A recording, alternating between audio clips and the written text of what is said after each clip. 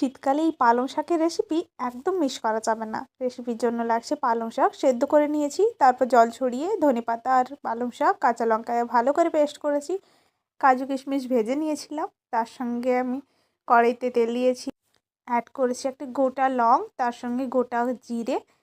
ফোড়নটা ভাজা হয়ে গেলে আগে থেকে তৈরি করে রাখা শাকের মিশ্রণটা অ্যাড করেছি, তাতে হলুদ গুঁড়ো, লঙ্কা গুঁড়ো, জিরে গুঁড়ো, ধনে গুঁড়ো অ্যাড করেছি। তোমরা চাইলে এখানে আরও কাঁচা লঙ্কা বা আরও গুঁড়ো লঙ্কা ইউজ করতেই পারো। আমি যেহেতু বাচ্চাদের জন্য বানাচ্ছিলাম তাই এখানে লঙ্কার পরিমাণটা একদমই কম দিয়েছি। আগে থেকে আমি বাসমতি রাইসটা ভিজিয়ে রেখেছিলাম, সেটা সামান্য জল ছড়িয়ে মিশ্রণের সঙ্গে দিয়ে দিলাম। ভালো করে নাড়াচাড়া করে ঠিক এমন শুকনো শুকনো হয়ে আসবে, সেই সময় আমরা এখানে জল অ্যাড করব।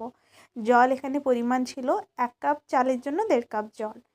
দেখতেই পাচ্ছ আমি এটাকে হাই টু মিডিয়াম ফ্লেমে রেখে 15 থেকে 20 মিনিট কুক করেছি। রাইসটা ভালো করে কুক হওয়া পর্যন্ত তোমাকে অপেক্ষা করতে হবে। আগে থেকে ভেজে রাখা কাজু কিশমিশ অ্যাড করেছি, এখানে চাইলে তোমরা চিনি অ্যাড করতেই পারো, বাট আমি এখানে চিনি অ্যাড করিনি। এটা খেতে দুর্দান্ত হয়, ভীষণ টেস্টি।